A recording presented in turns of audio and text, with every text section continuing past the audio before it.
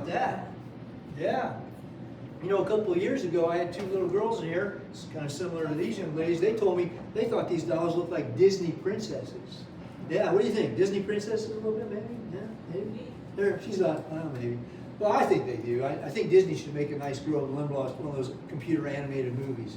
And they could come here and they could look at these gowns because there's no other place in the universe to see them. They made one set. And they donated them here where Gene created the character. So there is no other place for these. You guys are seeing them, and that's it. This is the only spot. Now I'm going to do one more thing before we start heading back over to the visitor center to finish up the tour. I'm going to recite a paragraph from the book, The Girl of the Limberlost. I told y'all earlier that Jean was the bird woman. She wrote herself into the books as the bird woman. Well, the bird woman's house, as described in the books, is this house. And here's the passage that proves it. Here's where Elnora, the girl of the Limberlost, first comes to visit with the bird woman. It says she drops the heavy iron knocker on the door of a big red log cabin. Well, I think we're in a big red log cabin. And then after the maid lets her in the front door, like you all came in through the front door, it says Elnora followed down the hall. There's the entry hall. Into a long room with high paneled wainscoting, an old English fireplace with an overmantel, and closets of peculiar china filling the corners. At a bare table of oak, and this is an oak replica of Jean's oak table. At a bare table of oak, yellow as gold, sat a woman Elnora often had watched and followed covertly around the Limberlost. The bird woman was holding out a hand of welcome. So this is where Elnora meets the bird woman in that famous book, The Girl of the Limberlost. And fans of the book are delighted that they're actually standing in this room because it's in the book. And sometimes they're so happy they even cry a little bit. Tears of joy are okay.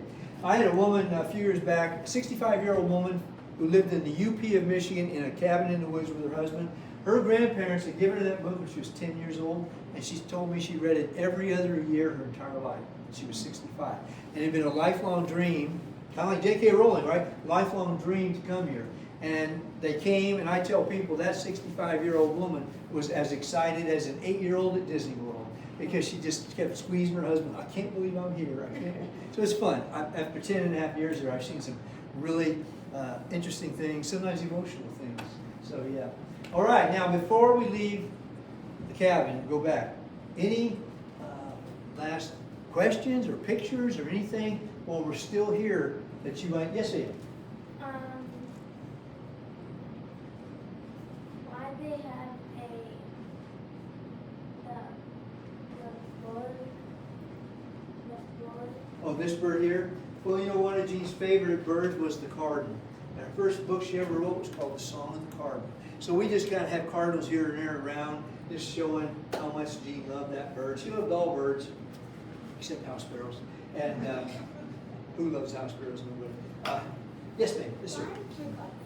Because it's not all fixed up. It's not fixed up, so it's, you know, we can't have people going up there. It's not nice like this. Someday, maybe when you're older, J.K. Rowling comes, maybe we'll just get her up for $1 million. She's really rich, right? She's super rich, so, yep. Anybody else have questions? Those are good questions. Any other questions? Yeah? Pictures? Are all the floors oak? Pardon? Are all the floors oak? Yes, downstairs. Now, upstairs, they're maple. I'm sorry, pine, excuse me. They're pine upstairs. There's some maple upstairs. Downstairs it's white oak and mostly white oak. And upstairs you got a little variety. You got a little maple. You got the pine floors. And they're not this narrow, 2-inch perpendicular, I guess you call that what, angled. And upstairs they're just the usual parallel, and they're 4 inches wide. So they put, as most people do, they put more money into the downstairs than they do the upstairs. Although, that's not saying it's not nice. I mean, there's 2 fireplaces up there. There was a half bath. In fact, we have a floor plan here of the upstairs. Since we don't go up there, people want to know. Right above us, there's a big living room, size of this room here. And there's a fireplace in it. And then at the head of the stairs, you go up the stairs, and then there's a bedroom with a closet. And then you go through the only set of pocket doors upstairs into another bedroom with a closet and a fireplace. And then there's an angled hallway, which is a bit unusual. Then you go into the what we call a trunk wardrobe room with a big walk-in closet. And then there's a half bath, and there's a closet upstairs with a little window. And the entire south side of the second story is a side attic.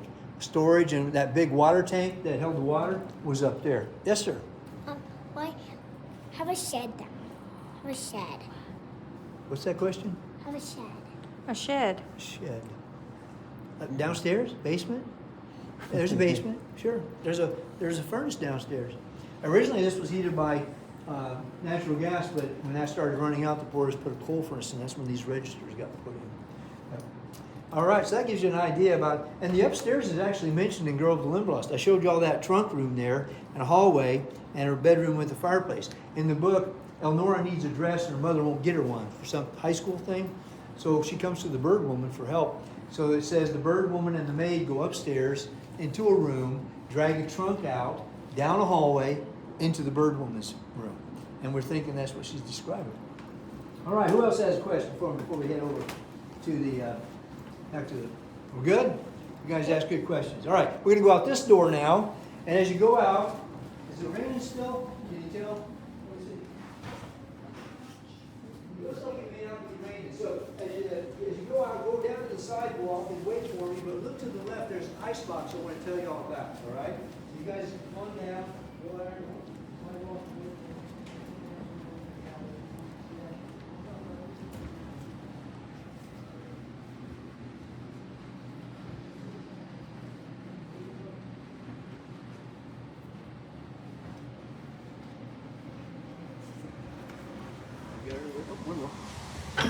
Thank you.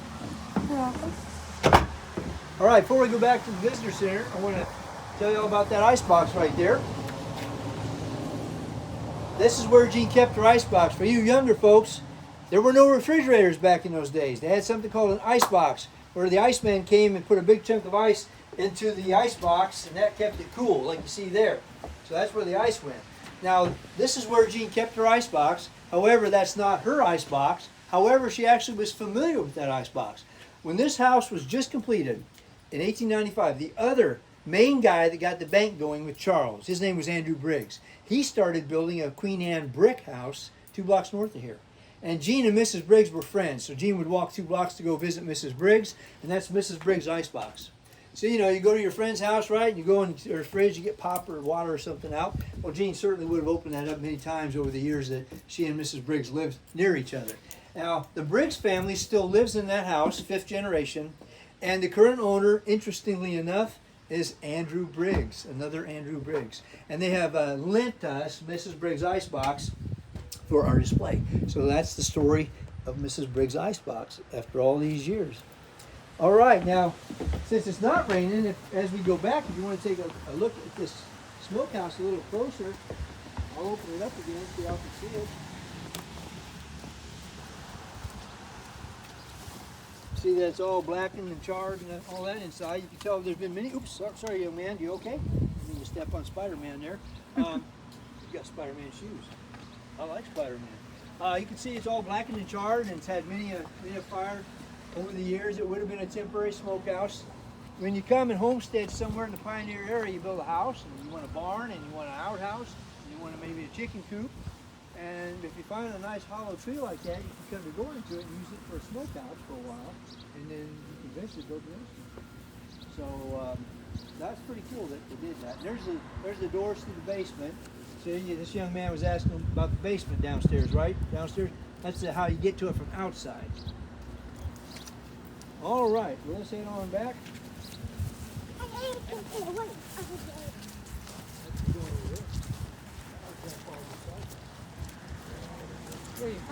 Geneva. Okay.